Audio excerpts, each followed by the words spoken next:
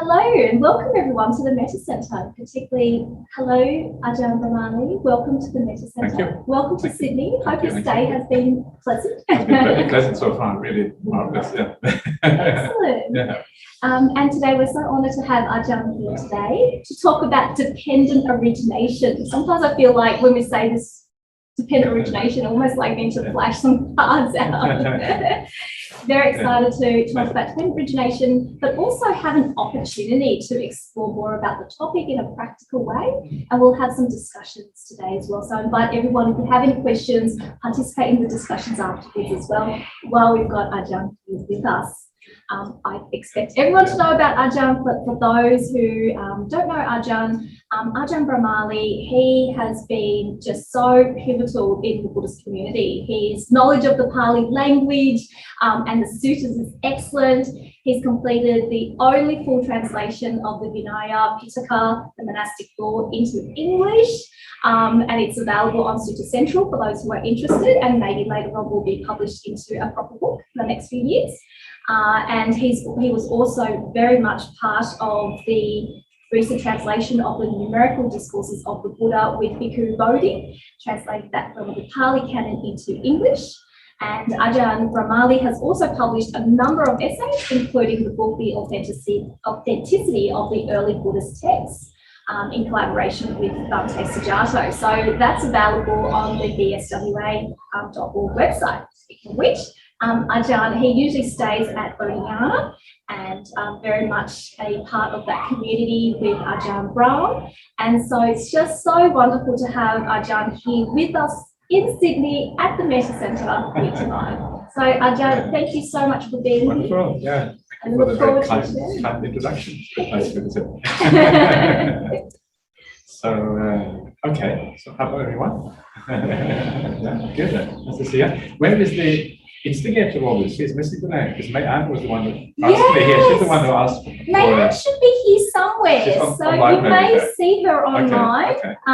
May-Ann, are you there? There she is. Okay, hello May-Ann. She sends her apologies. Yeah, very good there. So, okay. Anyway, so that's good. So thank you for that very kind introduction. It's a beautiful place you got here. I have to really say it's really nice.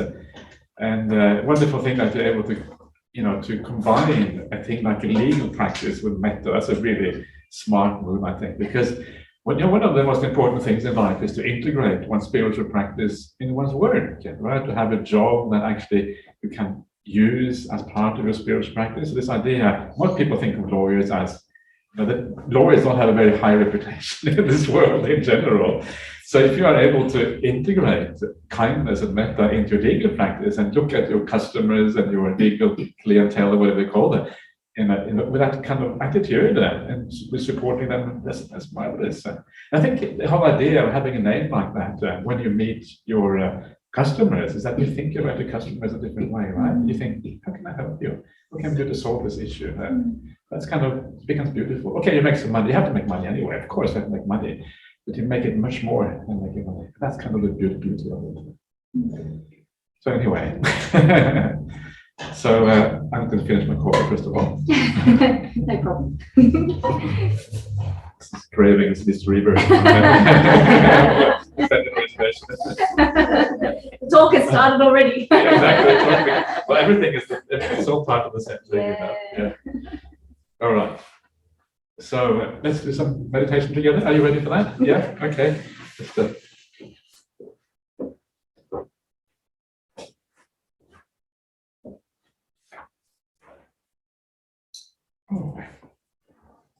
Okay. So the idea with the meditation is just to relax a little bit, just to allow the mind to go a bit wild. It's good if the mind goes wild in the beginning of meditation, because what that means, it means you're not really controlling the mind. You're allowing it to go. You're just standing back and allowing things to unfold and kind of unravel. The day will very often have built up all kinds of things within you. Now's the time to allow that to unravel. Just observe, allow things to go on. Don't control. There's nothing you have to be, nothing you have to do, except just relaxing and enjoying that.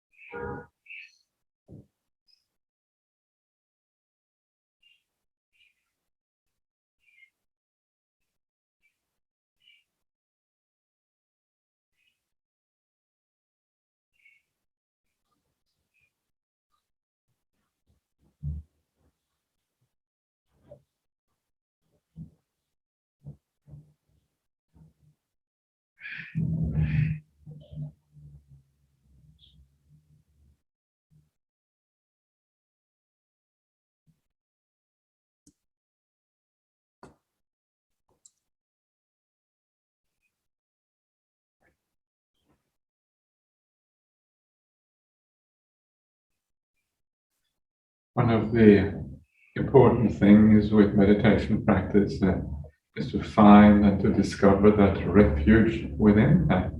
You can imagine what a refuge is like. A refuge is a place of safety, a place where you can relax from all the worries and problems of life. So to be able to create a refuge within that, you have to create a place where you feel those feelings, feelings of relaxation, feelings of ease, even feelings of joy.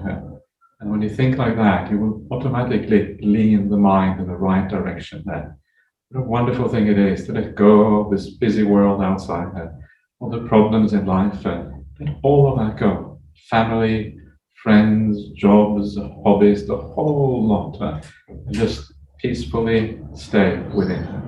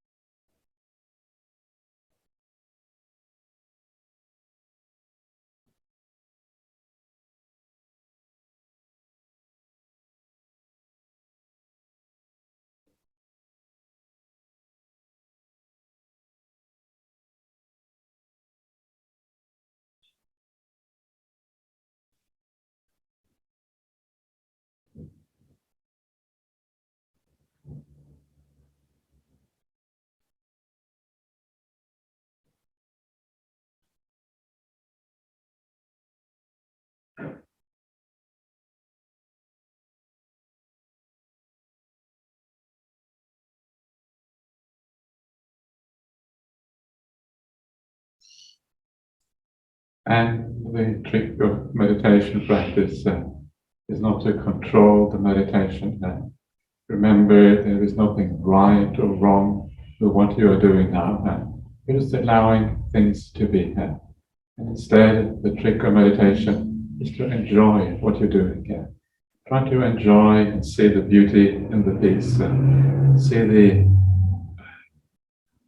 niceness of just letting go of the problems in the world, just being right here, right now, not doing anything else. Something very freeing about that, because the world binds us down, ties us down, and creates so many problems for us.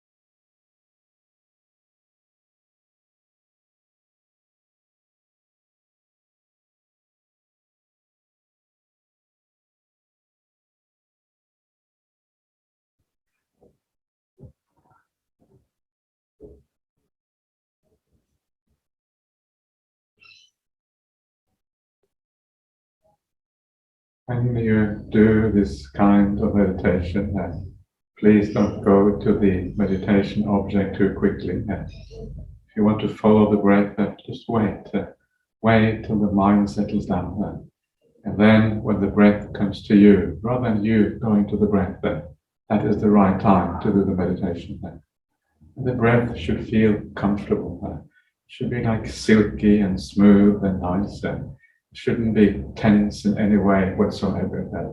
The more delightful that breath is, the more correct, if you like, is your mental attitude to what is happening. You can almost feel your attitude through the feeling of the breath. If the breath is wonderful and delightful, easy to focus on, you're on the right track.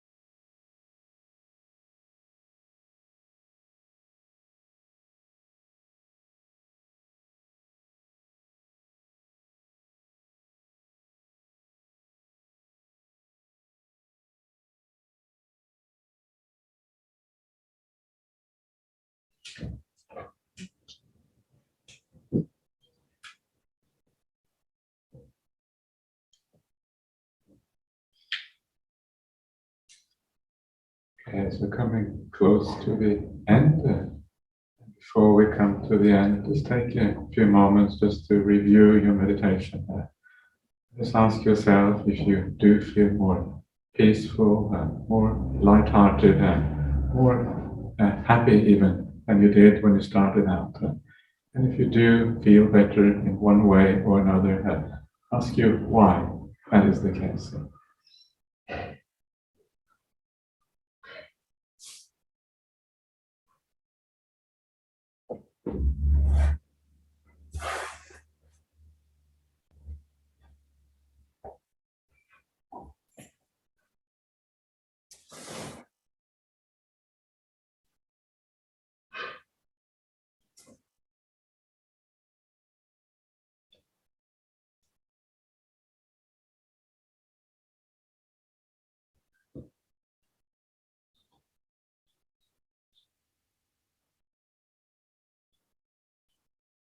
Okay, please come up to your meditation.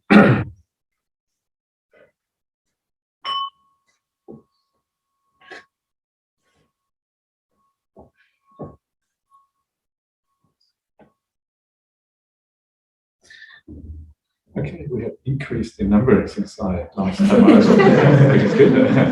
It's nice. So great, so welcome everyone. And today we're going to talk about dependent origination. As I usually do, I like to hear people's suggestions, and when people say something, I say, okay, let's talk about that. Makes it easy, I don't have to kind of think about a topic. It was actually great. And I was just joking, I've been staying at Lokanta. You know Lokanta Vihara, everyone? Yeah, some of you will know what Lokanta Vihara is. That's where Bhante Sujato is staying. And Bhante Sujato, he likes to joke around, just like my teacher. I like to joke around a bit myself, but so we were saying, just before he left, he was saying, oh, people always want to hear about dependent origination. Yeah, it's always kind of the favorite topic where we go in the world. They want to hear about this. In fact, so much so that all that craving to hear about dependent origination is going to lead to rebirth again in the future. Yeah. This is going to drive the rebirth process, all the desire to listen to dependent origination. So hopefully not. So hopefully that's the idea. We want to avoid it, and we want to hear about these things to kind of gradually move towards the end of problems rather than more problems. So I want to start out by talking a little bit about the general idea of dependent origination. Why this is important, why it matters, and how we should think about it in a more kind of total sense. And then hopefully that's always a good way to approach things, because once you have an overview, then the bits and pieces tend to fall into place as a consequence. Now, one of the things that I have often contemplated is, what is Buddhism? Is Buddhism, is it a religion? Some people argue it's a religion. Last night I talked a bit about secular Buddhism and whether that is a sensible idea, whether it really makes sense to divide Buddhism into secularity, or a secular part on the one hand and a religious part on the other hand. And so is Buddhism a religion? And if Buddhism is not a religion, what is it? Is it a philosophy, perhaps? Or is it something entirely else altogether? And once we can answer some of these basic questions, we can actually say something about how the various bits or pieces, how they actually work, and what kind of the purpose is of the path. And to my mind, of course, religion really depends on how you define it. Yeah, it can mean anything to anyone, really, depending on your definition. But it's not a religion in a kind of traditional sense, in the way we use the word in the Western world. And in the Western world, religion usually has tended to mean some kind of dogmatic belief. You hold on to a certain worldview, and it's not really about discovering anything, at least not the kind of popular idea of religion. It's more about holding on to certain truths about the world.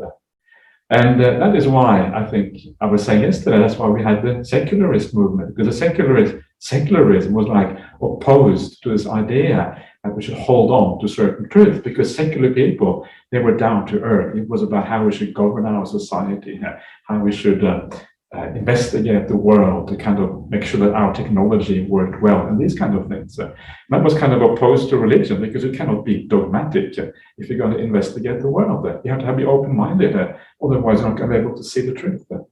But Buddhism is precisely about seeing the truth. Yeah, it's precisely about seeing the world.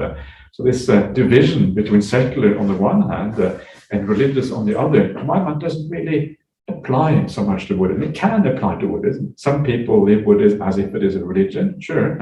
But I think if we go back to the message of the Buddha, I think it is not really dogmatic or religious in that way. So I would say that secular Buddhism is not really a good word. It's because, in my opinion, there is no such thing. There might be early Buddhism and late Buddhism. There might be different forms of Buddhism, but secular Buddhism is not really a thing that I really like. To my mind, all Buddhism is really secular at the end of the day, if practiced in accordance with the Buddha's intentions. So if it is not a religion, is it maybe a philosophy?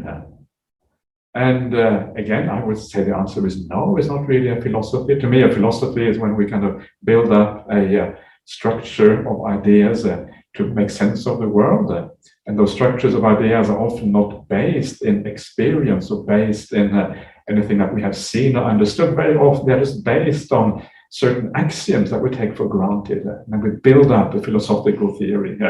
We look at the history of philosophy, that's usually how they work. There's certain axioms, and then and then we're going to build up a superstructure. But if those axioms turn out to be wrong, well, then the whole thing kind of falls apart as a consequence. And it's interesting when you read some of the sutras of the Buddha, one of the beautiful similes. I really recommend you to read the similes of the Buddha.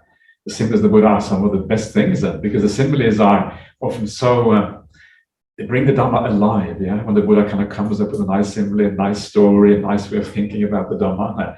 And somehow there's something about the mind of someone like the Buddha is able to come up with just the perfect simile for the whatever he's trying to explain. The simile is actually scholars who have done books just with the similes of the Buddha. So you get this kind of thick book, yes, all the similes of the Buddha. I wouldn't recommend that. It's too much. If you just read one simile after the other, after a while, you can't really take them on board anymore. It's good to see them in context, see them within the sutras. You can see the surrounding material as well. But one of these famous similes of the Buddha is the simile of the handful of leaves in the Gosinga wood. Is there anyone here who does not know that simile? Usually ask if anyone knows it. Is there anyone who does not know that simile? Everyone knows that simile. Okay, so I don't have to explain it, is that right? Or I'll say it anyway in case your memory is a bit blurry or whatever. So this simile of the handful of leaves in the Gosinga wood is where the Buddha, he takes up a handful of leaves from the forest floor. These were monks staying in the wilderness among the trees. And he was saying to the monks, well, the leaves that I have in my hand, is that more or less? Or is it the same? How does it compare to all the leaves in the canopy overhead?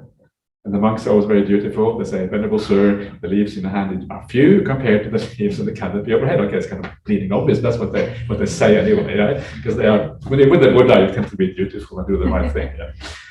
And so he says, well, just as the leaves in my hand are few and the leaves overhead are many, in the same way, what I have taught you is a little compared to my actual understanding of the world. Understanding of the world is like the leaves overhead. What I have taught you is like the leaves in my hand. So what are all those leaves overhead? And there are obviously things that are not really related to the idea of liberation. They are related to the idea that those things we need to know to make progress on the path. The Buddha says, well, the leaves in my hand are like the Four Noble Truths, and the rest overhead is like all the other stuff, which is kind of irrelevant. And I would like to ask people, I say, well, wouldn't it be cool to know all those leaves overhead? People say, yeah, that would be really cool. And I think that's the problem, right? This is precisely the problem. It would be so cool. And this is where I think the idea of philosophy and extraneous and extra things come in, things that are not important, but are really interesting. Just like me, sometimes I get completely trapped in reading about, I don't know, sometimes I get kind of caught up with Ajahn Sudatta's climate change things, or I kind of get into a bit of philosophy, because sometimes it is interesting, right? And I can see how kind of addictive it can be, and how we can get trapped into those things. And I think that is precisely why the Buddha did not speak about them, because he knew the danger of these things, how easy it is to get trapped in these things. Keep on thinking about them. There's a certain pleasure and certain satisfaction in thinking about philosophical ideas, putting it all in system, and coming up with a perfect system. The ego really likes that, and then you kind of present it to the world. Say, look at this. My name is Jean-Paul Sartre or whatever, I don't know what they are. This is kind of the existentialism, this is the real deal or whatever. And so there is a certain satisfaction, but even if you don't do it to that level, a very simple personal level. And so it is dangerous. And Buddhism is not that. It is not philosophy. It is not about understanding the world in a rational way at all. And I think, in fact, that can be dangerous if that is what we do, because all of these philosophies are based on certain assumptions, certain axioms.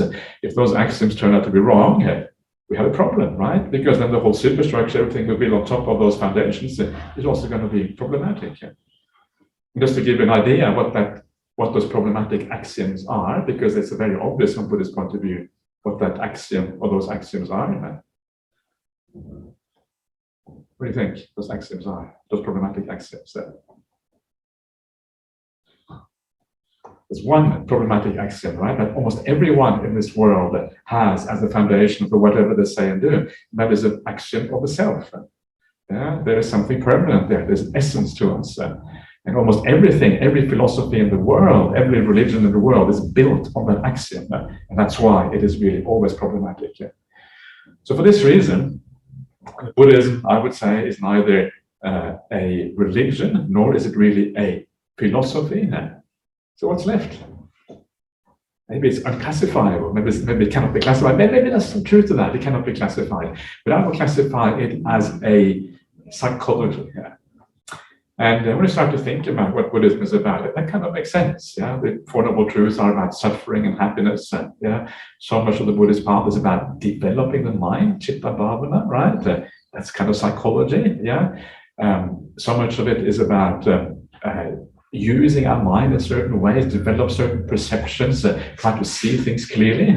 So I would say Buddhism is really ultimately a kind of positive psychology here. Developing positive qualities in ourselves. That's really what it comes down to. And so that is anyway one definition. I'm sure you can probably criticize me and say, you terrible monk, you don't know what you're talking about. And that would be fine. I would be happy to kind of, because I know every definition to come up with is going to have its strengths and weaknesses. But I think that is quite a nice one. So what does that mean then? Well, what it means is that when we contemplate the Buddhist teachings, we should try to understand them from a psychological perspective. Because if psychology is fundamental to the path, then the psychological perspective is going to be useful almost whatever aspect of the teaching we look at, including dependent origination itself. So you want to understand this from a psychological point of view, how it actually, how the mind, in a sense, develops, how the mind is structured, and these kind of things. That's what really dependent origination comes down to. So how should we go about this? Now, before I say anything further, I want to just point out that you all know about the 12 steps of 12 links of 12 factors of dependent origination. Is anyone who does not know about those 12 links? How many links are there in dependent origination? 12 or 11? Or 9. It's testing you. See, I say, and if you said the wrong number, I know, okay, you don't fully know as much as you think, this is the trial. Okay, so 12, right? But is it always 12? Is it always 12 though? What about that? What about, there are some variations on dependent origination, right? It's not always 12. Sometimes it's like 11. Sometimes it's 10. Sometimes 9, sometimes 8, sometimes 7, sometimes 6, sometimes 5. At what point is it no longer dependent origination? How many factors? Is one factor enough? If we just have death, is that dependent origination? Obviously not, because there's no dependency there. So there comes a point when it's no longer dependent origination. One of the very interesting questions is to decide, well, what exactly is dependent origination? What is the minimum requirement for something to be called this? And once you get into these ideas, you get an idea of what this whole thing is about. Once you can kind of specify the minimum requirements for what it is. And so what we know, one of the ways of thinking about dependent origination is to start off with some of the kind of extremities of the formula. The formula starts off with ignorance and ends off with suffering, right? And suffering is the last one. So maybe let's just think about suffering for a minute and see what that is about. So suffering is the Four Noble Truths, Dukkha, Ariya Satya, the noble truth of suffering, And what is that noble truth of suffering? Yeah. Well, that noble truth of suffering is jati dukkha, jara dukkha, marana dukkha. Yeah. Birth is suffering, old age is suffering, death is suffering. Yeah. Kind of makes sense. Yeah. Sort of. Yeah. I'll talk about it in a second. Then we have the idea that appiya hisampayoga dukkha, being separated, being appiya is being connected with what you don't like is suffering, and being separated from what you like is suffering. Yeah. And not getting what you want is suffering. Sankitena panchapadana kanda dukkha. In brief, the 5 factors of personality are suffering. And so if you reflect on that for a minute, you will realize that a lot of that dukkha has to do with the idea of rebirth, of future things.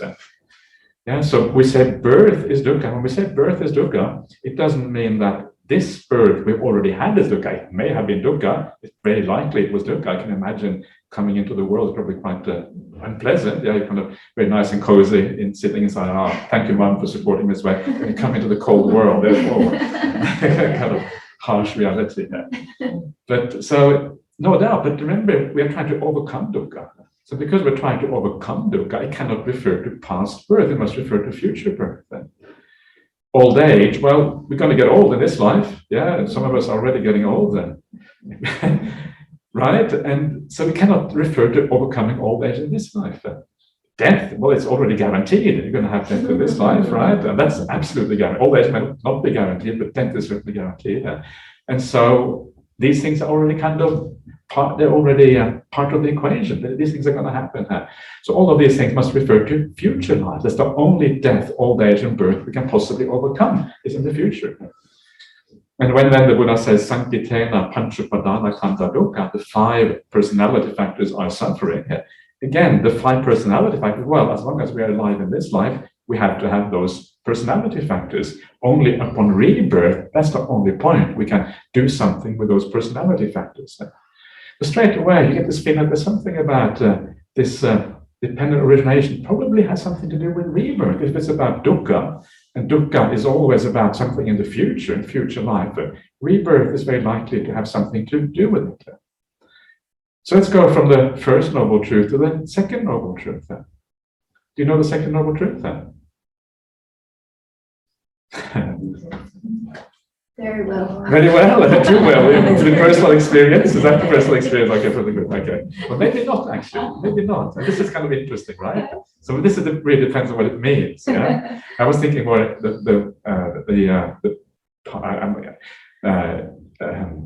anyway, it is basically the idea. Yeah. So the cause of suffering is the second noble truth, dukkha samudayo arya satchang. Yeah, and it is that that craving. Yeah, that tanha. Yayam tanha porno bhavika, porno again bhavika existence. Yeah, craving that has to do with again existence. Nandiraga sahagara, connected with desire, and desire, basically 2 words for desire. Tatra vinandini, delighting here and there. Yeah, always finding new things to delight in, moving from one thing. There's no end to the kind of sensual pleasures of the world. Yay, I can go holidays, different countries, eat different kind of foods, enjoy all this kind of thing in the world. And there is almost no end to it, right?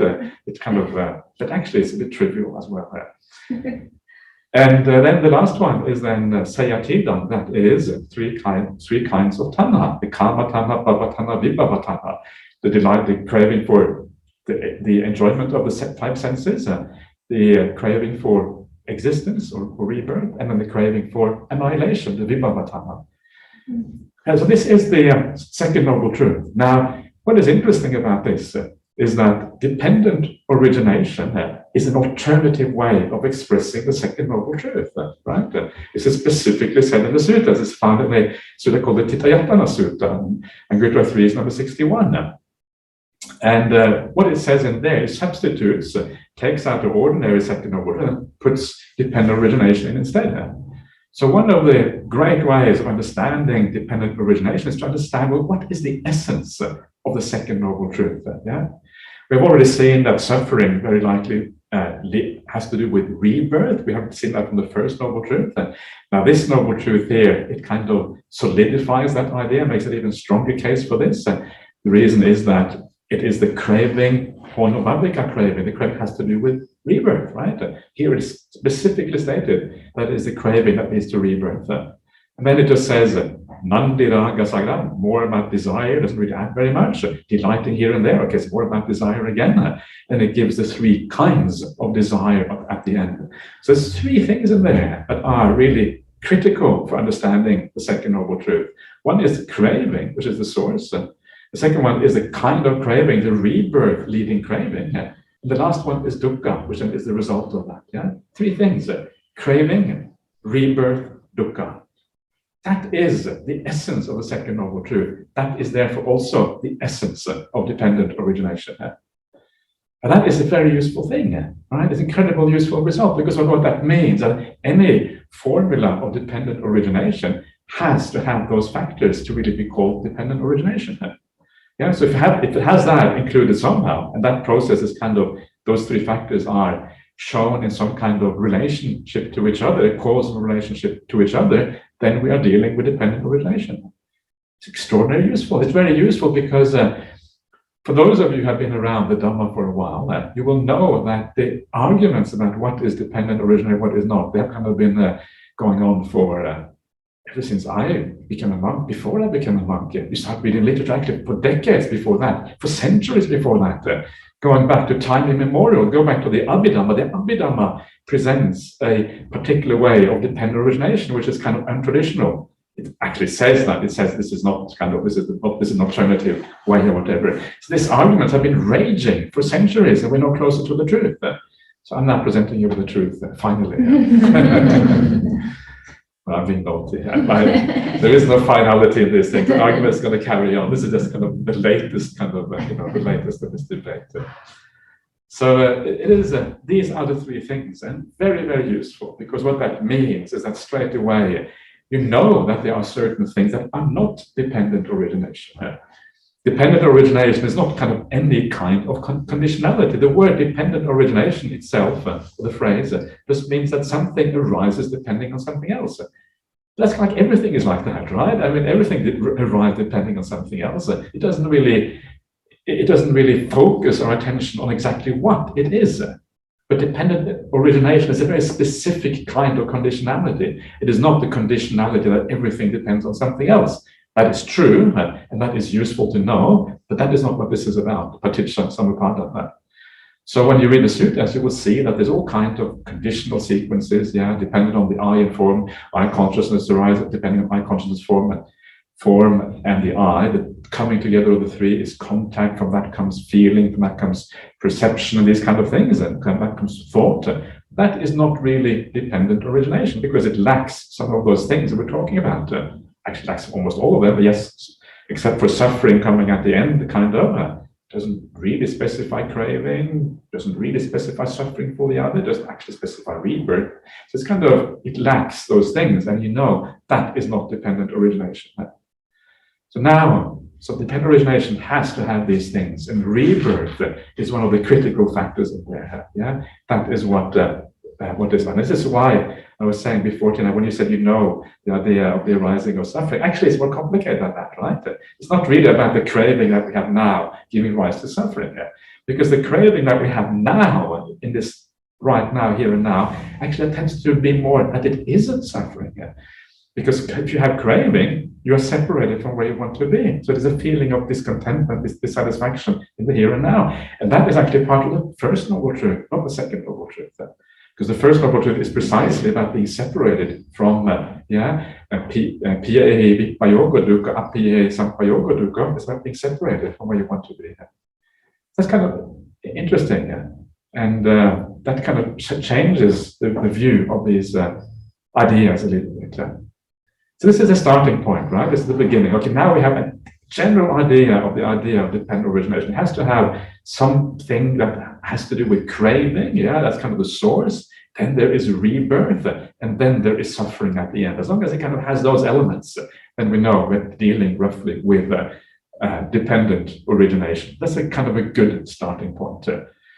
So if we have that as a starting point, then we can have a look at the sequence of dependent origination. As I mentioned before, it has 12 factors in there. Each one is linked to the next one in a causal sequence, one leading to the next one, ding, ding, ding, ding, all the way up to number 12. And if we look at the factor of craving, craving is one of those 12 factors. Yeah, the way it is described in dependent origination, paticca samuppada, we have craving is tanha. Tanha paccaya upadana. Craving leads to taking up, picking up, grasping, holding on to, whatever you want to call this. Upadana paccaya bhava, that grasping leads to existence. And that's a bit obscure what that means, but we'll get back to that in a second. Bhava paccaya jati, that existence then leads to conditions birth. Birth, right? I was saying by birth, that kind of fits in very well. We can see now why there is a connection there between dependent origination and the second noble truth. You see the craving, you see the birth. And then birth gives rise to old age and death and all the other stuff. That's what it says. All the stuff is like, dominus, or how it's going, imasa kevalasa dukkha khandasa samudaya. In this way, this whole assembly, whole conglomeration of dukkha, of suffering arises. That's what it says in there. And death is very often like the summary in many ways of that suffering. And that's why the last link is death. And then it kind of adds this thing. Yes, there you have it. Yeah, that is the sequence of dependent origination, directly related to the second noble truth.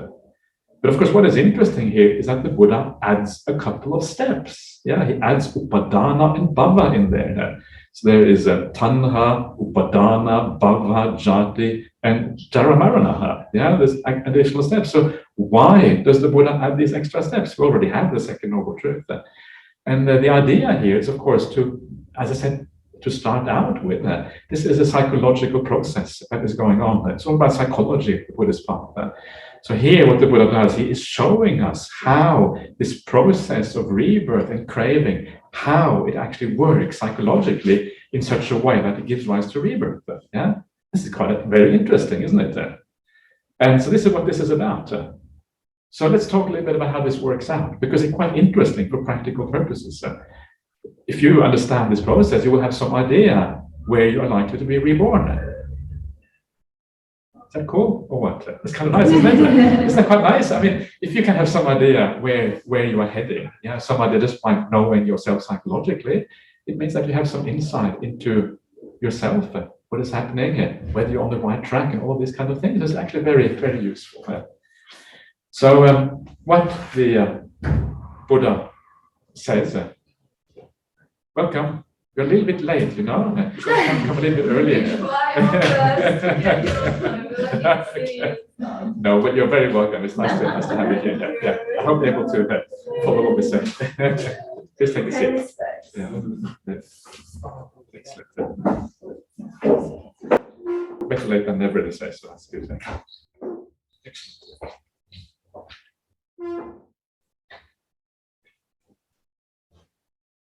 See you, Ajahn. Hello. Yeah, very good. Okay, so we're just talking about the happy subjects of craving and suffering and these kind of things.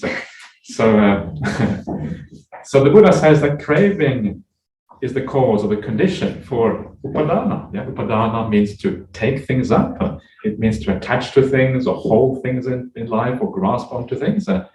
And the idea here is, this means grasping both literally, holding onto glasses that don't disappear. How can I put them somewhere they don't disappear?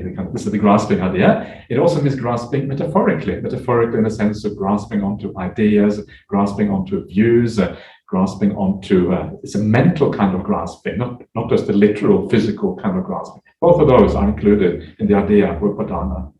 So because we crave in the world, we do things that kind of enable us to satisfy our cravings. And how do we satisfy our cravings? Well, one way is we have a nice law firm called Metta Legal, right? Metta Legal allows you to make a good living while doing good for the world. Wow, that is such a clever idea, really, very impressive.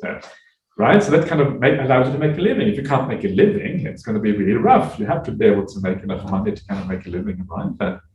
And we do all kind of other things. Why are we Buddhists? Well, we're Buddhists because we think Buddhism is going to make us happy in one way or another, overcome suffering, right? So we grasp onto Buddhism. So is that bad or good? Well, actually, it's a good idea.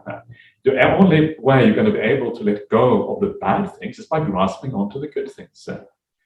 Often I hear Buddhists say things like, "Oh yeah, I'm a Buddhist. I shouldn't attach to things." It's silly. It doesn't work like that. You have to attach to things. Yeah, the very fact that we have egos, we have senses of self, means we will attach. So initially, all you can do is attach wisely. So attach wisely. Yeah, attach a little bit to the Buddha's teachings, the Dhamma. Attach to being kind. That's a beautiful attachment. Yeah, attach to being kind, caring, all these kind of things. Then you're going to be on the right track. Yeah, the attachment is not optional. Attachment is a necessary aspect of being a human being, at least initially. And then hopefully over time you can overcome some of that. So we hold on to all of these things in the world. We pick them up. We grasp them, right? We grasp. We get into relationships, or maybe we become a monastic. If you're really nuts to become a monastic, many people think I'm crazy to become a monk. Anyway, that's their problem, not my problem. And all of these things in life, yeah. And once the more of, after a while, as we grow up, we pick up all of these things. So pick up living in a house, pick up a job, a religion, hobbies, entertainments that we enjoy, all of these kind of things. And then life is suddenly full. It's packed to the brim, yeah, by all this attachment. There's no room for anything left over here. Sometimes people ask me, I was just asked recently, should we have children? And I'm sure they're asking monks to have children. But anyway, that's what they asked. Is it good to have kids? And well, I mean, in the end, it's up to you. Do whatever you like, of course. But I often think life is way full enough as it is already. There's no time to have kids in this life, right? I have a brother who has 2 children. I have a sister who's passed away now, but she had 2 children. And their life was just utterly packed because of his children. So I kind of tend to say, don't have kids. That's what I kind of my negative kind of view. Forget about this. It takes too much time. You want to have a bit of time for other things as well.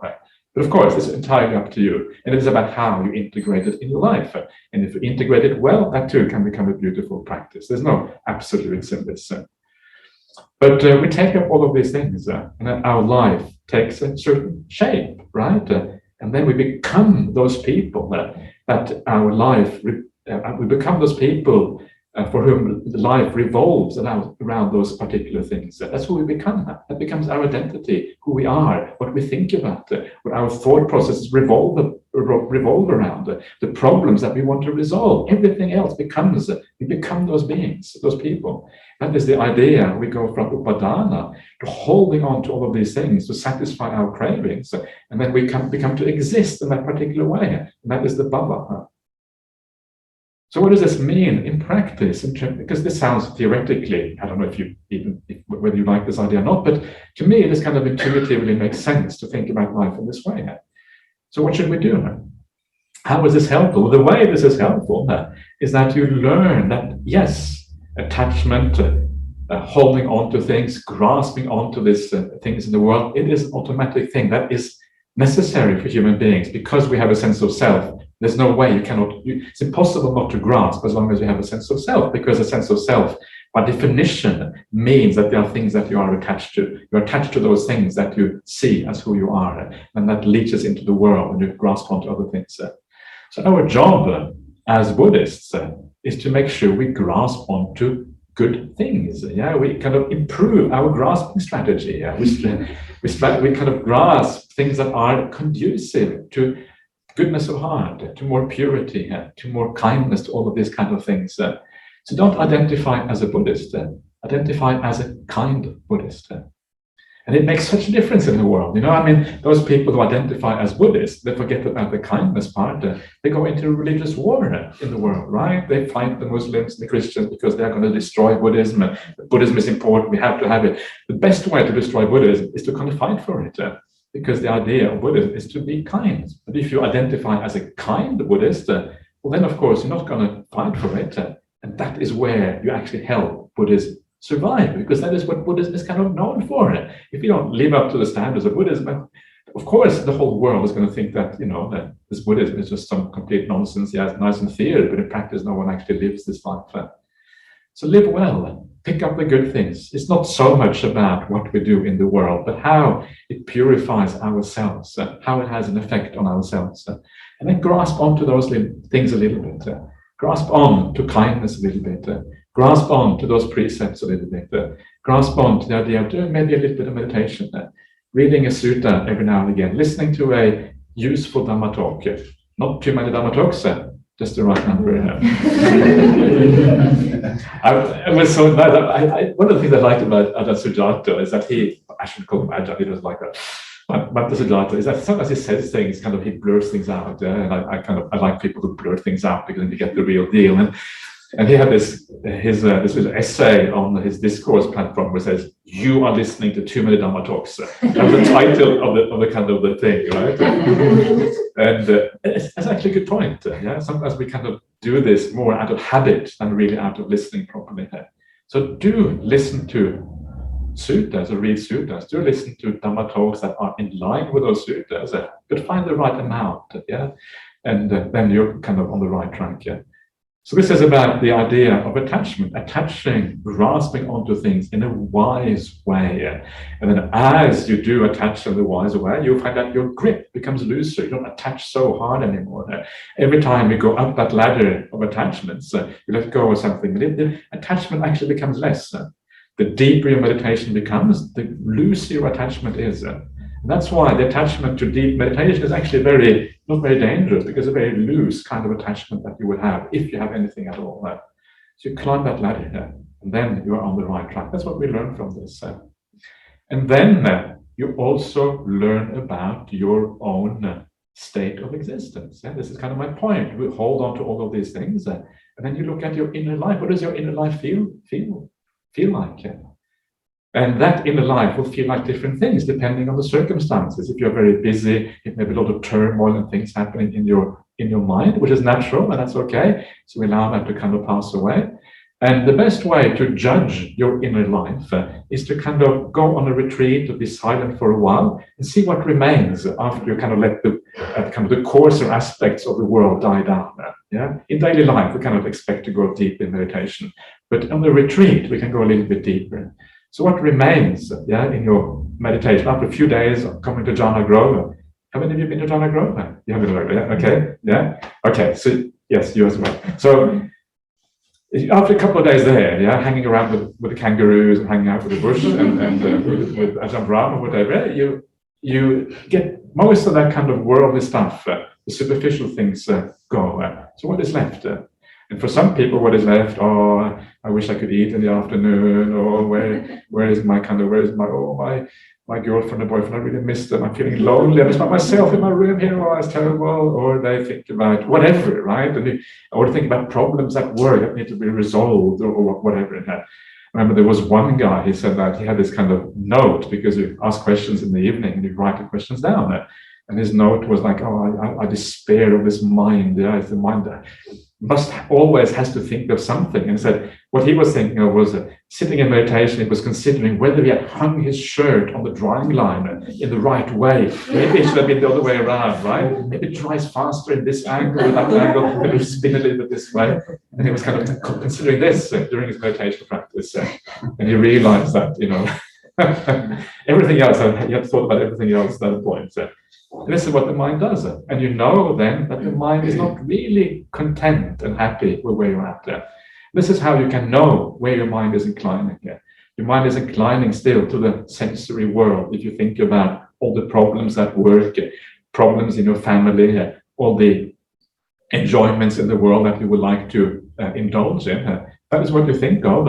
You are still attached to that sensory world. Even things like problems at work, because they revolve, they are things that actually are about that particular world. So you get a feeling. But if on the other hand, you find that your mind sometimes actually inclines to peace, sometimes you don't want to think about anything. It inclines towards maybe to feeling good about yourself. Wow, I'm feeling actually content. I feel good about myself. I'm living well. Yay me. And you actually, it's not a kind of a ego trip at all. It's just this peaceful, nice, contented knowledge that you're living well in your life. Not something you need to share with others. In fact, best not to share it with others, because that often destroys some of that serene feeling, whatever you want to call it, that you have inside that, then you know that your mind is inclining towards that. Yeah. Of course, the mind is not going to be very steady. Sometimes it will incline to one thing, sometimes to other things. That gives you a rough idea of what is happening in your mind, because there's some feeling. Yeah. And for some people, the mind always goes towards stillness. Yeah. I always find it very fascinating to see how people like Ajahn Brahmali practices meditation. Ajahn Brahmali is kind of one of my big heroes in this life. That's why I'm living with Ajahn Brahmali.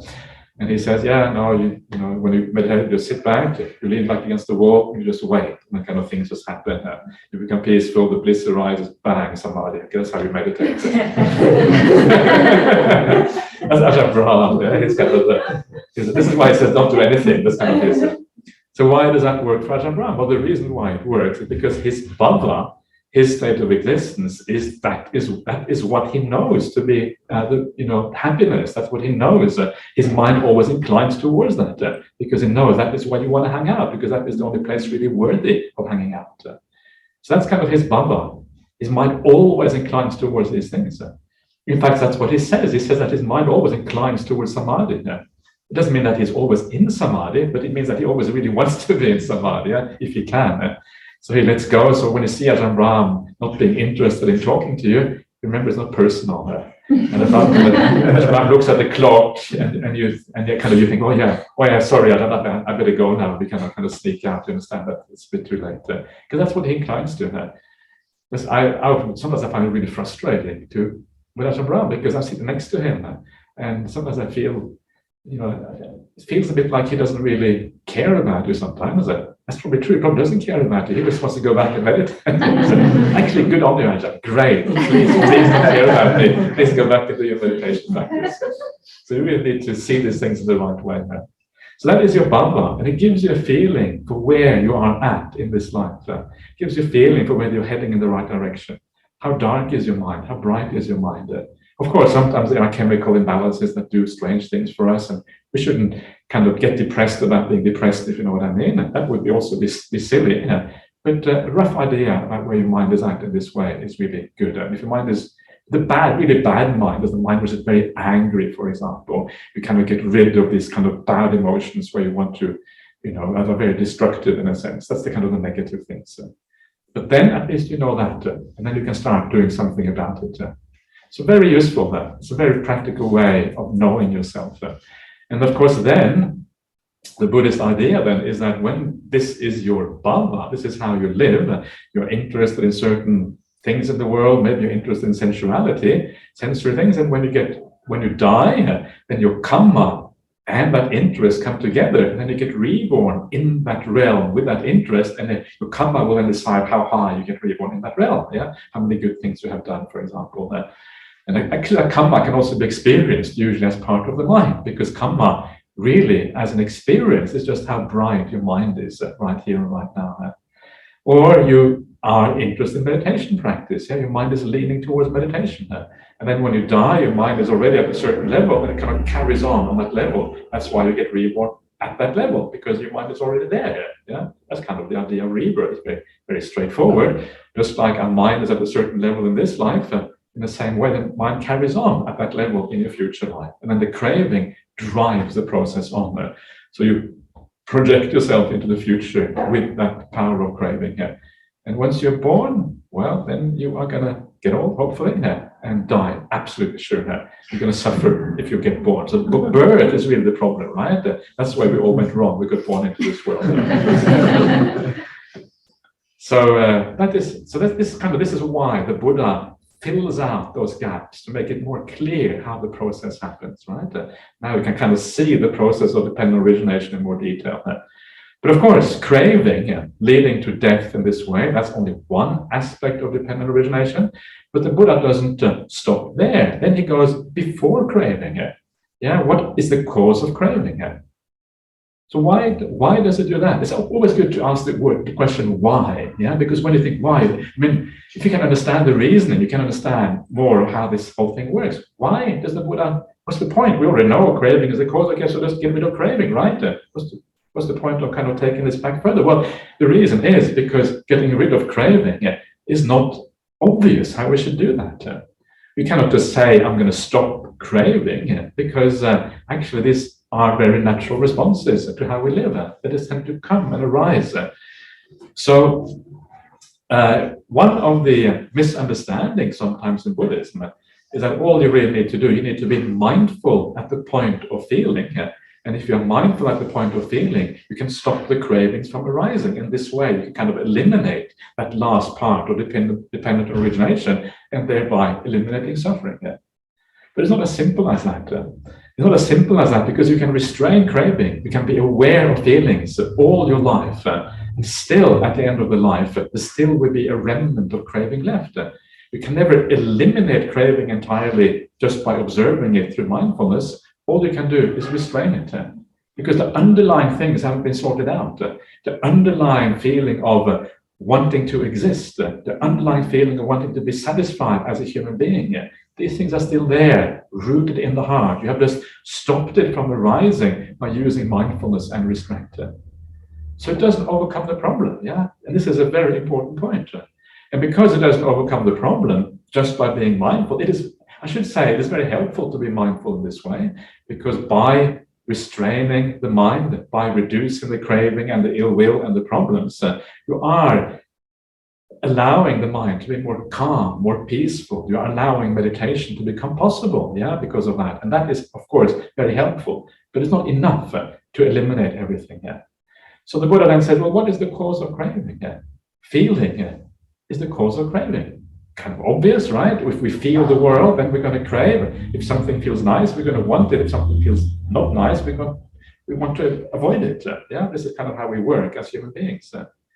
And this idea of feeling is very important in Buddhism, because feeling is like the thing that drives our existence. Feeling is what makes our existence meaningful. If we didn't feel anything, nothing would have meaning. I think everything would be the same. Everyone would have been lying in bed all day because there'd be no motivation to do anything if you didn't feel anything. Maybe that's a good idea. Come to think of it. But right, this is what motivates everything in our life, is feeling. What makes us get up in the morning, what makes you choose certain things over other things. Feeling is this driving thing in our existence. And the Buddha specifically says that he gives his teachings to beings that feel. Without feeling, nothing is meaningful. So where does feeling come from? Well, feeling comes from what is called contact in Buddhism. Contact could maybe be called experience. When you experience anything, there's always a feeling related to that experience. Why do we contact? Why do we have contact? Why do we have experience? We have experience because of the six senses. We see, we hear, we taste, we touch, and we smell. And we also have the mind. The mind is the sixth sense in Buddhism. So we have six senses. Why do we have six senses? Well, we have six senses. This is where it gets a bit complicated, because of nama rupa, name and form. Mentality, materiality, sometimes translated as. This is like our personality, if you like. Can be translated as personality. So once you have a personality is something that we kind of get born into in this life, depending on the causes from the past. This is personality. So name and form is like personality, if you wish. And the cause of personality is consciousness. So consciousness is like the beginning point. Just for a moment, it is the beginning point. And once the consciousness kind of establishes itself in a certain place, then your personality follows along. And your personality will then be a little bit formed by where it is that you are reborn. If you're reborn as a human, you can expect human experiences, human pleasures and human pains. If you get reborn as a kangaroo, it will be different. A lot of suffering to be a kangaroo. They look cute at a distance, but the closer you live to nature, the more you realize the suffering of that realm. You can be reborn maybe as a deva. Is that possible? Would that be nice? Would you like to be reborn as a deva? It's like one day you think, oh, what happened? Gee, this body is pretty cool. It's like a translucent, really always like just the right age. What is the perfect age to be? Maybe 25 or something, always 25, There's no change. And of course, ambrosia, the heavenly food we eat, that is kind of, it's nice to be born in heaven. We should never underestimate the kind of the niceness of these kind of things. So, and of course, your personality will be a bit different. Yeah. So that nama rupa, who you are, will then have a certain shape, form, depending on where you are reborn. And then the contacts you have, the experiences you have, will be formed by that kind of rebirth. Yeah, so this is how this, and then your attachments then will come accordingly, according to that. So this nama rupa, name and form, are really your personality. Yeah. That then is reborn in a certain place. And that personality depends on where consciousness has established itself. As I call the vijnana titti. Titti is like a station of consciousness. So this is how this process works, right? And then you can see how this thing works itself out. Why does the Buddha talk about this in this way? I'm going to go even further back in a second, but just let me stop there for a moment. I'm not going to talk too much longer now because I'm going to lose track of what I'm saying if I go on for too long here. But so the Buddha comes here. This is one of the very interesting things in dependent origination. One of the main other reasons why he teaches in this way. The idea that vijnana, consciousness, is the condition or the cause for name and form, which is like the personality. What is then the cause of consciousness again? And the Buddha says, namarupa, personality. What is the cause of that personality? Consciousness. What is the cause of that consciousness? Personality. What's the cause of that? Consciousness. Personality, consciousness, going back in time. He says there is no first point of consciousness and name and form conditioning each other. It goes back as far as you can ever go. So if you go back into a past life, what you will see is more of this thing of consciousness and name and form conditioning each other, together, just going on and on and on into the past without beginning. So what is this about? It just sounds maybe not all that interesting, but this is really the core of the Buddhist teachings in many ways. Because this idea that consciousness depends on your personality. By personality, I mean the factors that make you who you are. Consciousness doesn't really make you into anything because just awareness itself. But all the other factors of the mind, this is what makes you into a person. So the idea that consciousness depends on your personality, what that means that consciousness cannot exist on its own. Consciousness depends on its other things for its existence. And this is the revolutionary insight of the Buddha. Because remember, one of the things the Buddha is doing, he is reacting to the teachings of the contemporary culture. The contemporary culture in ancient India had the idea of Brahman. Brahman is like the main god that permeates the entire universe. And then you have the Atman. The Atman is like the personal consciousness of anyone, really, whether animal or whatever they are. And then the idea of the Brahmanical teaching is to merge the self, the Atman, with the Brahman, the eternal reality of the universe, the consciousness, if you like, the mind that is imbued with bliss. Satchit Ananda is one of these terms that we find in this Brahmanical teaching. So the Buddha says, no, that doesn't work. What the Buddha says is that actually your consciousness, your mind, depends on all of these other personality factors. It cannot exist by itself. It is always conditioned, always dependent on all of these other factors. This is revolutionary in the history of any spiritual path or religion. This is the core message of the Buddha, that actually these eternal things that we tend to believe in, call them God, call them Brahman, depends a little bit what we mean by these words. These eternal things are actually, they don't really exist. These are projections that humanity makes onto the universe, but there's actually no underlying reality that is equivalent to those projections that we make. So this is where it gets really, really profound and very, very interesting. And that's why I'm not going to say anything more about it. It's too interesting, and it takes too much time. It takes a clear mind. My mind isn't all clear tonight, so I'm just going to kind of carry on a little bit. So, but this is very interesting, right? Consciousness, mind cannot exist on its own. It always is dependent on something else for its existence. Undermine this idea of independent entities that exist in the world on their own, whether you call them the eternal creator God, or you call it the eternal underlying substrate consciousness of existence, or whatever. These things, says the Buddha, actually no, this is something that we project onto the world, not actually there.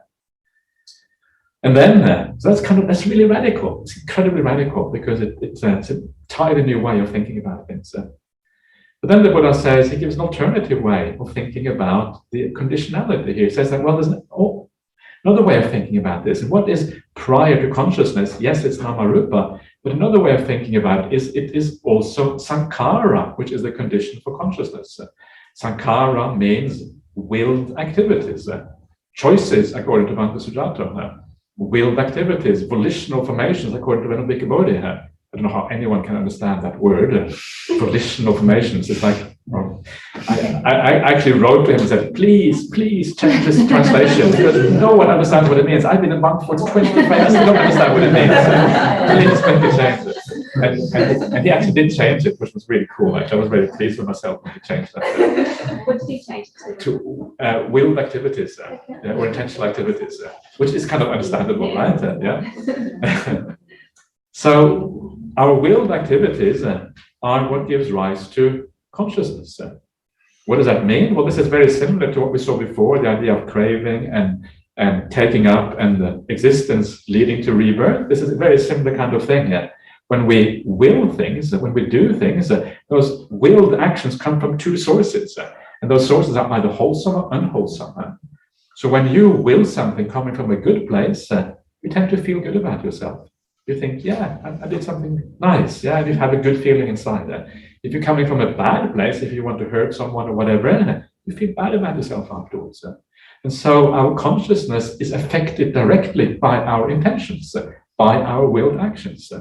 And so how then the sum total of activities that you do over a lifetime will then decide whether your consciousness is bright or dark or somewhere in between or whatever, yeah, because that effect. Very useful to remember that. This is one of the things I always recommend people to look at in their life. How do your actions affect your inner well-being? Feel that, and it becomes a very powerful motivating force to live well. If you feel that you're damaging yourself, damaging your own mind through your actions, wow, you think, well, jeepers, I don't want to damage myself. Why am I causing suffering from myself? I want to be happy. I'm doing the wrong thing. It becomes a motivating force in your life. And that Sankara, those willed activities, they come from ignorance or delusion, the fact that we don't understand reality as it actually is. It comes from the idea that we know in our life where to find happiness. Because we think we know where to find happiness, we go out into the world, we do all of these activities, the intentional activities, trying to create that happiness in our life. We feel, on the one hand, that we understand happiness and suffering. Of course, we don't. That's what the Buddha says. You've got it completely the wrong way around. It's actually exactly opposite to what you think. And never mind it. So here is the answer called dependent origination. Listen carefully. So you have got it wrong here. You're doing things that lead to suffering instead of doing that lead to happiness. We think we know what happiness is. We've got it completely wrong. Yeah, relationships absolutely must be happiness. Seeing the kind of Marvel movies, wow, that's real happiness. It's fascinating because I haven't really seen any of these things. I don't really watch movies at all. But sometimes I'm on a plane, right? Because I travel around a little bit too much sometimes, including to Sydney. But when you're on this international flights, you have this very kind of fancy entertainment system when you travel to Europe or something like that. And everyone else is watching these movies. And so you see someone else's screen, right, kind of between the seats. And it's like all this action, and it's like you don't want to watch, but you've got your eyes kind of it's incredibly kind of hard to restrain yourself because it's kind of this really fancy action. So that's how I know a little bit about this Marvel movies. I'm sitting on too many planes, too many flights. And so it draws you out. It actually says in the sutras that one of the biggest problems for sense restraint is shows. Yeah, you can see that, especially shows that are very entertaining and powerful in this one. Yeah. But we think we know what happiness is in the world. We think that happiness is in that movie. That's embarrassing, isn't it? I'm supposed to be beyond that. But anyway, and your mind goes there all the time, man. But actually, we are wrong about that. And this is why the overcoming of ignorance or delusion at the very root, the avidya, understanding really where happiness is to be found, is such an important thing, because then our intentions start to change. actually, maybe there isn't that so much happiness in being promoted in my work. Maybe there isn't that great happiness in getting a raise in my salary. Okay, I'm happy for 1 week, and then that becomes the new normal. Big deal, right? And we start to think, actually, but being kind, that leads to something more profound. Something deeper goes on. There's something more long-lasting, something which actually has a real effect on my life. That's what the Buddha says. I think it's right. I'm sure most of you here will agree with that, because when you reflect on this a little bit, it's kind of obvious that that is the case. Being generous, being caring, even if it's just internal, even if it's compassion towards somebody in your mind is a positive thing, even if you don't do anything at all. So you start to think like that, and then your sankharas change. You start to act differently in the world. You're not so concerned about those worldly things anymore. You're more concerned about doing things in the right way. Not so much about what happens, but how you do things in your life. And then as you go further, you start to realize actually all this doing is a nuisance. You start to get into meditation practice. You start to understand that the very fact of doing things is actually suffering. And then you stop doing it. That's where it gets really interesting. When you stop doing, you find that's where you start to find the highest happiness you have ever experienced in your life. And of course, if you stop doing, it also means that there is no craving involved anymore. Because there's no craving, because there's no movement towards anything in your life. And because you have found what feels like perfect contentment, it also feels like you have discovered the meaning of life. Because when there's no movement towards anything else, when you're perfectly content with what you have now, there is no drive, there is no purpose, there is no aim, there is no goal. It means you have found the meaning here. Everything else is always about getting somewhere here. Now you have gotten to that place where you always wanted to be here. So this is the idea. You overcome that root ignorance at the very beginning here. One of them is understanding where happiness is to be found and where suffering is to be found.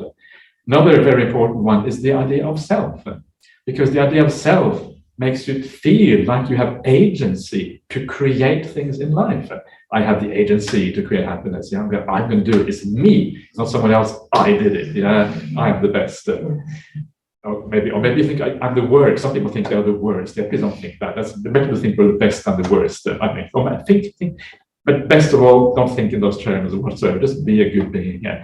But it feels like we have agency in one way or another. We can do things in our life. We can actually get things done. And because we have that mixture of agency on the one hand, and we think we have the knowledge of where happiness and suffering is to be found, that's why we do things in the world.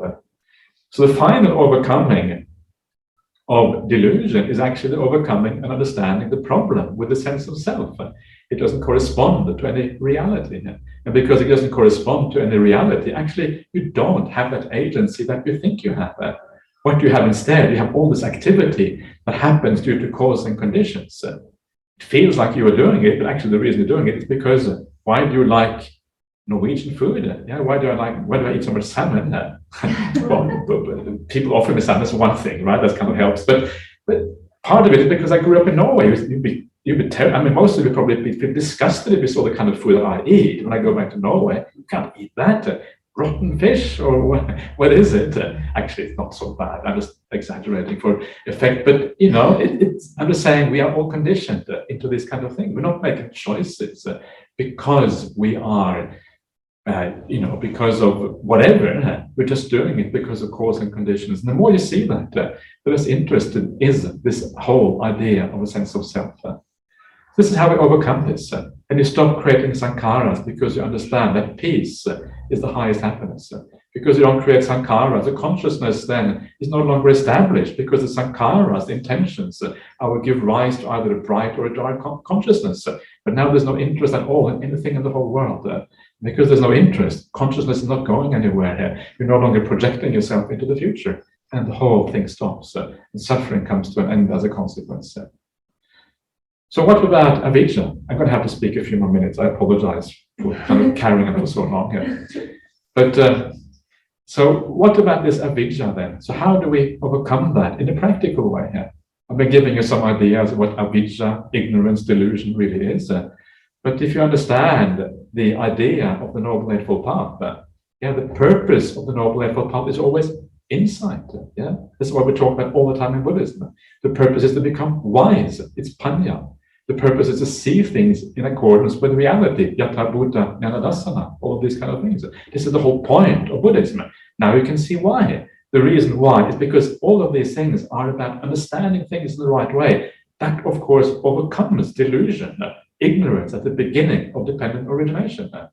You see the connection now between the whole idea of insight and the ending of suffering. How do these insights arise? How do we see things in accordance with reality? The Noble Eightfold Path, right? That is that path that leads to the end of those things. The Noble Eightfold Path leads you to the ending of ignorance, which then undoes the whole suffering sequence of dependent origination. What is the first factor of the Noble Eightfold Path then? Right view. What is right view? Four Noble Truths. What is the Four Noble Truths? One of them is the second Noble Truth. What is that? Understanding dependent origination. Right? So that's why we're here today. We're here to try to understand this, have some conceptual idea what this is about.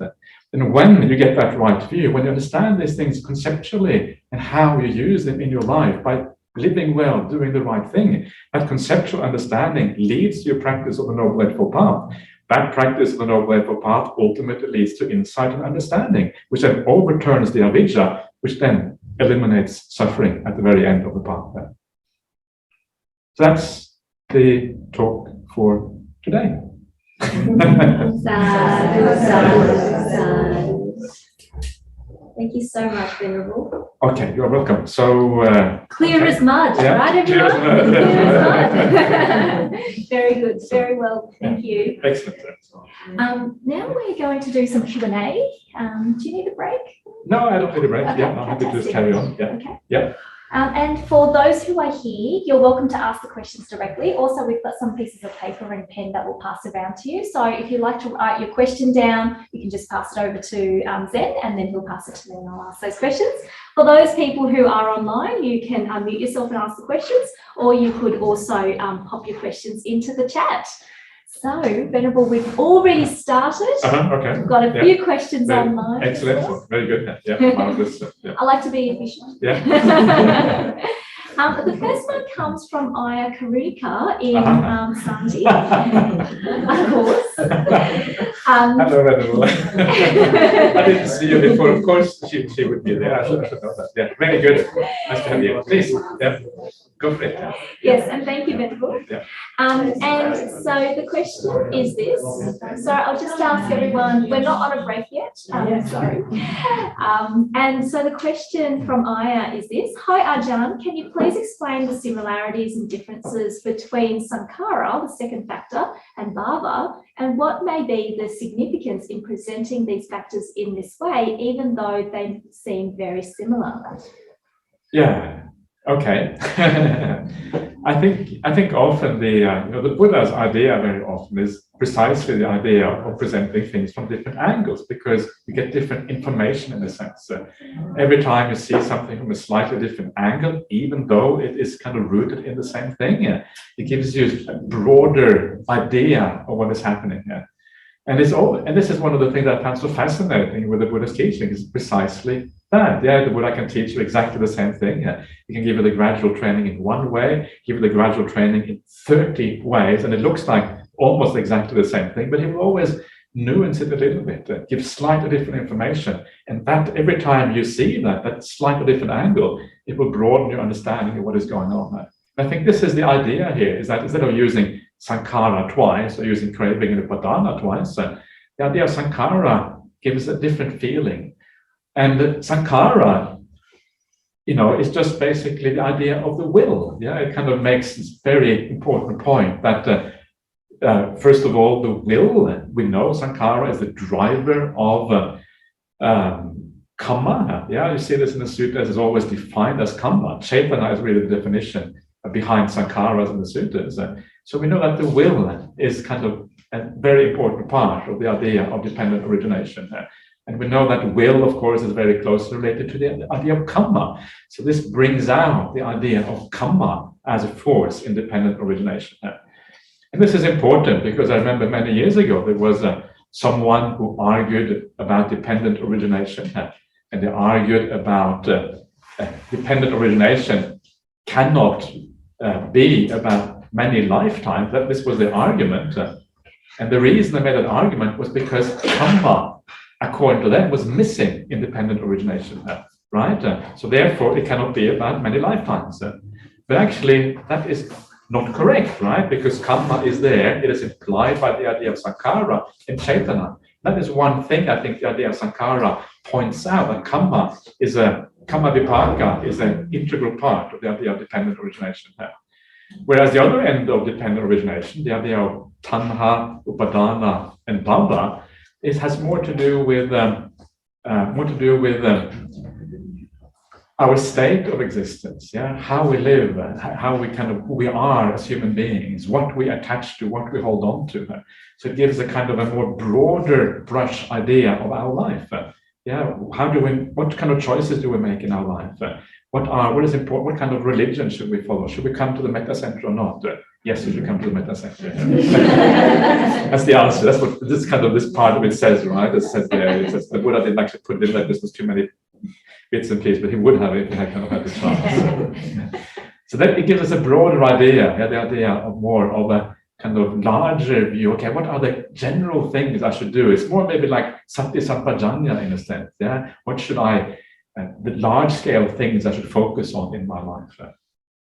Anyway, that's just an idea. It comes now. Maybe next time we can discuss this more venerable if we have a chance. Okay. Thank you so much, Ajahn. So the next question is a little bit different in terms of topic, but it comes from the question that, and the talk just now about questions about rebirth. So the question is, some criminals are, some criminals are natural born killers, haters, breakers, and molesters and predators.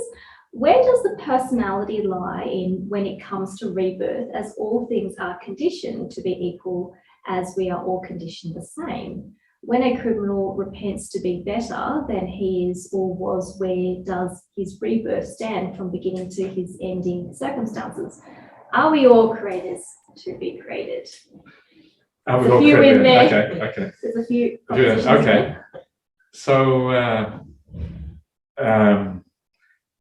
yes, this is the problem of life, is that we become responsible for our actions even though we are conditioned. So you grow up in a mafia family and they tell you to kind of do bad things, and you do, then you still have a degree of responsibility. And this is the problem, and this is one of the reasons why this whole conditioning process is so scary in a way. We come into this world, we don't know what kind of family we're going to get reborn into. We don't know whether Buddhism is going to be around next time we come alive. Maybe there's always some bad religion, like kind of the Nordic religions, Thor and Odin, and you go around, doing kind of dodgy things or whatever. And so this is why it is kind of scary. Of course, if you do practice the Buddhist path to your maximum ability, you will be creating conditions that are going to be supportive of future life. That's kind of a good thing. But or sometimes not. But sometimes we are led completely astray by external forces. And so this is, this is part of the problem. And this is part of the issue, that why samsara is so scary. But if the criminal, as you say, if they repent and they say, okay, from now on I'm going to be a better criminal, a little bit less criminal, still criminal, but a better criminal. And then, of course, you're heading in the right direction. And that idea of repenting is actually itself a very positive thing, because it means you have an understanding of what is right and wrong here. Not even understanding right and wrong is the worst thing, because your mind is completely inclining towards bad things. At this point, it starts to incline in the right way. And that is where things become possible. You start to feel bad about those things you did. You go maybe to those people and ask for forgiveness. Then you go to a Buddhist teacher and says, it's okay, you were conditioned in a bad way. Oh, really? Okay, I can relax. I did bad things. I can be okay with that.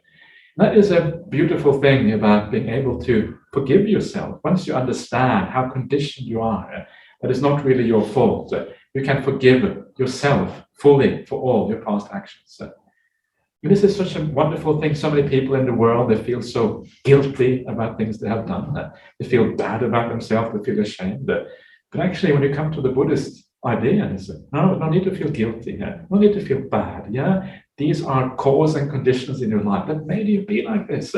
You're okay. Now you're heading in the right direction. Even if you make more mistakes in the future, which of course will happen, that too is fine. That doesn't mean you should become lazy or stupid. That doesn't mean you should do more bad things. But it means that you have a a kind of the right attitude, the right way of thinking about it that makes forgiveness possible. Too often we talk about forgiveness in Buddhism, not really giving people the tools that make forgiveness possible. Non-self is that tool. Non-self is that what makes it possible, because it means that in the end, it's just kind of various things that, as long as I'm kind of amazed that people aren't more evil. How come people aren't completely evil, right? I mean, there's so many bad things happening in the world, so many things. Still, there are so many good people in the world. That is what I find miraculous. I don't find it strange at all that there are bad people. But there's so many, wow, so many good people in the world. Hooray here. Yeah, and you find this in the Buddhist communities, you find this in other communities as well. That is something really worthy of celebrating. Yeah. So sometimes you just change your perception a little bit and you can really rejoice in these things. I have no idea if I answered the question or not, but I have spoken for 5 minutes, so maybe that's enough. Great answer. Thank you, Ajahn. So next is, hi Ajahn, why is it that craving that is typically described as the root of suffering in the second noble truth rather than ignorance? Craving is conditioned by ignorance, whereas ignorance is conditioned by itself, if I understand it correctly. Wouldn't it be more correct to describe it as the true root of rebirth? In a sense, but there are roots in slightly different ways, because craving is a root in the sense that that is the force that actually propels you onto rebirth. Yeah, when you come to the end of your life, well, what is it that actually takes you onto your next life? Well, that's craving. Yeah. Ignorance lies behind it, but it's not actually the force that drives the rebirth process. That is craving, because craving projects you into the future. Craving is always about the future. Desire is always about the future. Whereas ignorance is just darkness. It's not really about the future or anything. So this is why craving is the cause of rebirth and the cause of suffering. But ignorance is then said to be the cause of craving, because ignorance is something we can do something about. Yeah, that's the kind of practical side of things. We can overcome the ignorance through the practice of the Noble Eightfold Path. And that's why both of these things are important. Yeah, the root cause, the very root cause of ignorance, but also the craving, which then drives the process in this way. Very good, thank you. Hi Ajahn, thank you for the talk. Would it be correct to think that life-to-life rebirth requires the existence of as yet unknown physics for the mind to exist without the brain? Yes, I think that is in a one way. I don't know if physics is the right word, because it's more like the mental universe, mental things that is happening there. But it takes a different outlook, a different way of thinking about the world.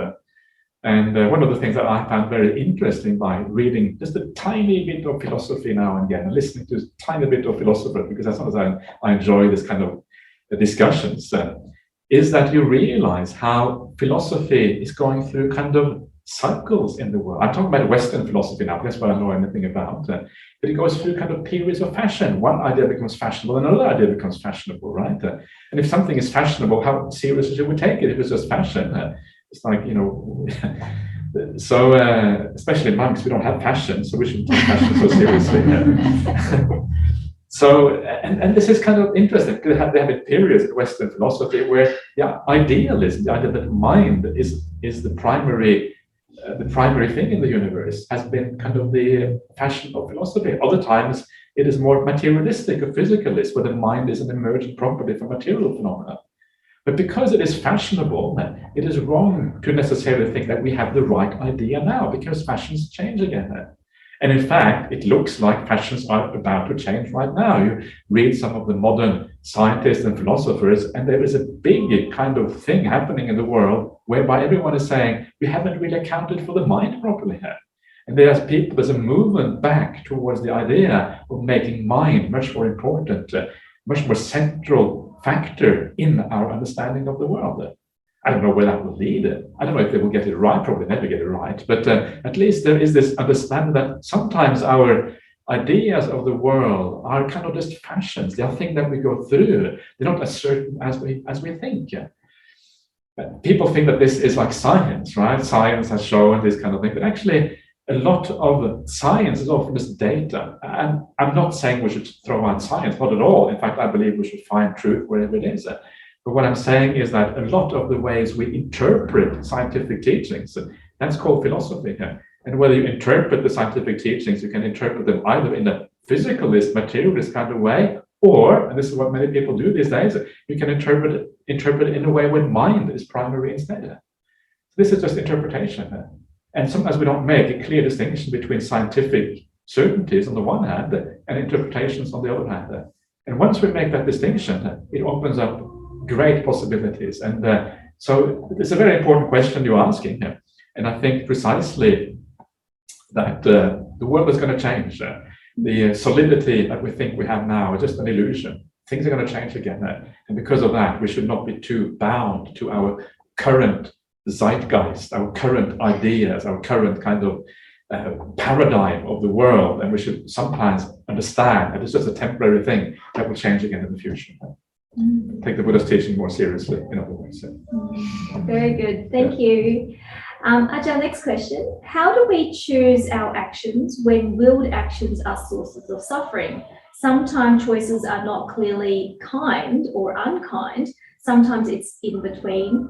For example, one job and another. Both of them increase the amount of willed actions or craving as they disturb the peace of mind. Yeah.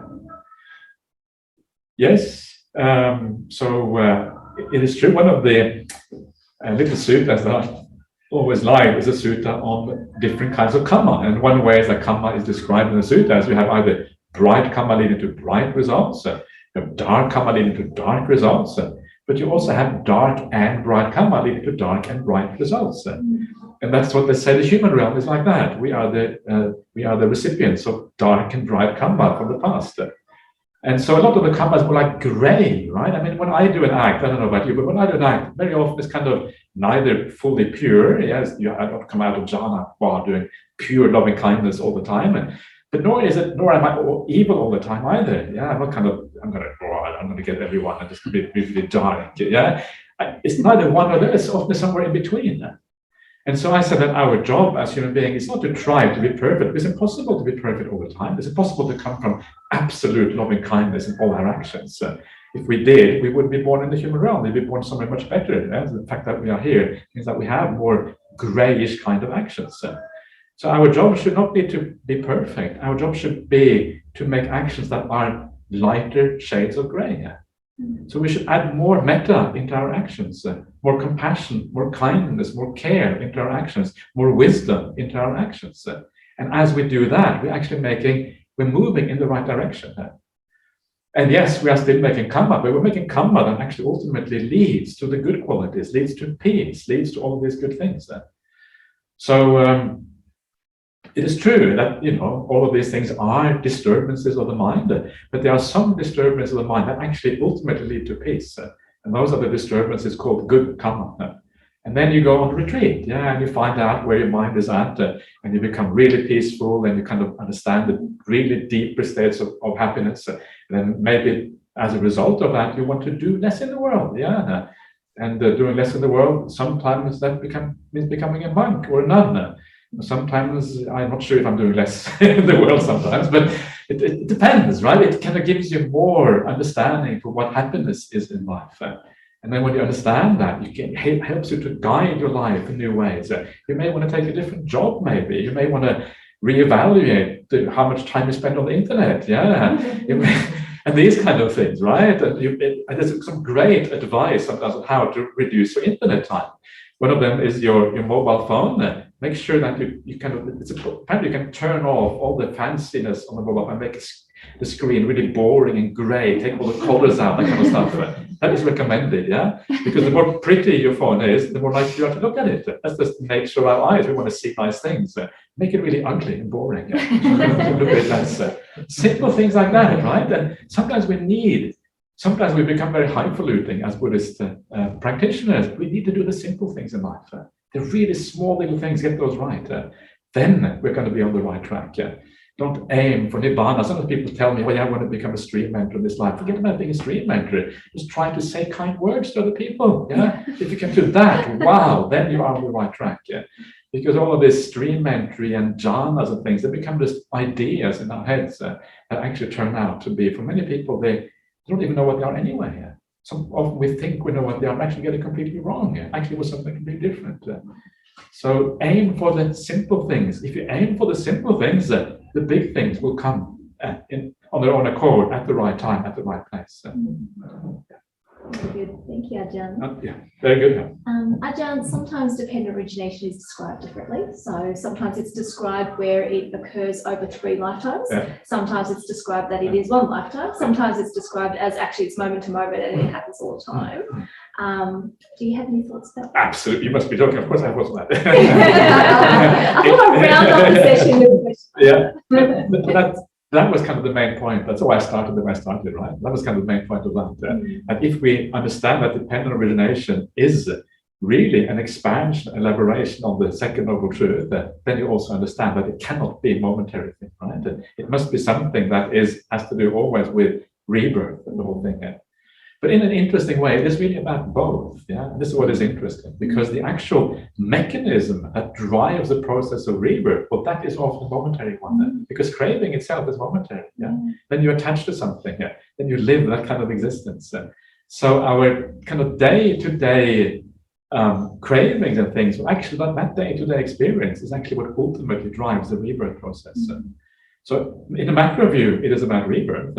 But in a micro view, in the way we can understand it here and now, actually you can actually see the process happening here and now. And I'm going to get reborn for sure because of, all of these things happening in my life. So kind of the two come together, but rebirth is always part of it. If you take out rebirth, you don't have dependent origination anymore.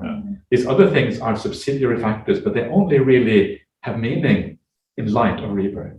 Without that, they don't have any meaning. Yeah. And also linking to what you were talking about at the beginning of the talk about secular Buddhism, some secular Buddhists, they don't believe in rebirth. Right. It's very integral to their way of practicing and understanding the Dhamma. So in that way, what you've just said, for people who subscribe to that kind of thought, then would it be difficult for them to then understand dependent origination and practice it? Absolutely. And I would go so far as to say that if you reject rebirth out of hand, it's okay to be agnostic. No, that's fine, because it's very hard to kind of say absolutely sure I rebirth. Yes, this is the only truth. And that's also not really honest, because most people don't actually know that. So it's okay to be uncertain. Everyone has that right. In fact, the Buddha says there are uncertain things in the world. It's good to be uncertain about uncertain things. Buddhism is one of the religions where uncertainty is encouraged when there is grounds for uncertainty. And this is one of the places where we are different from many other religions. So that is okay. But if you reject it because you consider it a superstition, I would argue that we're not really a Buddhist. And this is hard. Yeah, when I say this, people say, "What? You don't have the right to define me. I want to define myself." This is kind of the modern way we all define ourselves. But things have to have meaning.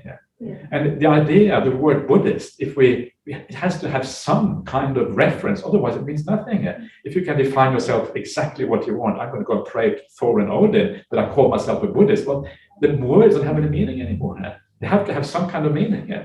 And what being a Buddhist means in the suttas, according to the word of the Buddha, it means you take refuge in the Buddha Dhamma Sangha. That's what it means, yeah? You take this as your guide in life. You take this as the source of your wisdom and your understanding of the world. If you reject one of the pillars of the Buddha's understanding of the world, you're not taking refuge. If you are uncertain, okay, that's still fine. But if you reject it out of hand, if you say the Buddha was wrong, then there was a serious issue there. So if you take out rebirth from Buddhism, rebirth is so important that the whole thing just collapses. There is no real enlightenment anymore. All the things, the whole purpose of the Buddhist path is to end the idea of rebirth. The purpose is lost. There's nothing anymore. In dependent origination itself has to be completely redefined, in an entirely new way. That makes it a completely different thing. That's why your first question was straight to the point, right? Because that's exactly the same kind of tendency of the mind to redefine these things. So this is kind of the thing, that Buddhism is, in some ways like a house of cards. It is built on certain fundamental things. Take those fundamental things away, and then the whole thing collapses, and you have to redefine the whole thing. And sometimes it ends up with entirely new religion, really. Something you can't really recognize. People say, oh yeah, actually, the second noble truth is not really that craving leads to dukkha. It's not like dukkha leads to craving. Right? This is what some people call themselves Buddhists say. Actually, the second order, we need to redefine it. So actually, it's the reverse of what the Buddha said. But of course, once you say there's a reverse of what the Buddha said, you don't have Buddhism anymore. You have an entirely new religion, and you have lost your refuge in the Dhamma as the Buddha taught it. Very good. Yeah. Thank you, Ajahn. One question from online. Hi, Ajahn. Thank you for the great talk as always. Venerable Aṅgulimāla was an arahant, and in his last life he had killed nearly 1,000 people. So he would still have received the result of his action. So it is said that he was stoned to death at the end because the result had to happen in his life, since he wasn't going to be reborn again. But this story is found in the commentary instead of the suttas, right? It wouldn't be as simplistic as this, would it? Can you please clarify? This story is found partially in the sutta. There is an Aṅgulimāla sutta found in the Majjhima Nikāya, the Middle Length Sayings, number 86. Is that right? 86, I think it's 86, yeah. And the story is there, but it doesn't say exactly how many people he killed. It doesn't say he killed 1,000 people. It just says he was bloody-handed and dodgy and did many bad things. Aṅgulimāla, the name Aṅgulimāla means finger garland. Angul is finger, Mala is garland. Yeah, they're still in India today. They wear not finger garlands, but flower garlands. When you become that's kind of nice. You go to India, lots of flower garlands very common. Is it in Sri Lanka as well? Flower garlands? Is it the same thing as in India? India, you go flower garlands everywhere. You become the prime minister with the flower garlands. It's really cool. I really like that. Yeah. But finger garland is a bit more dodgy.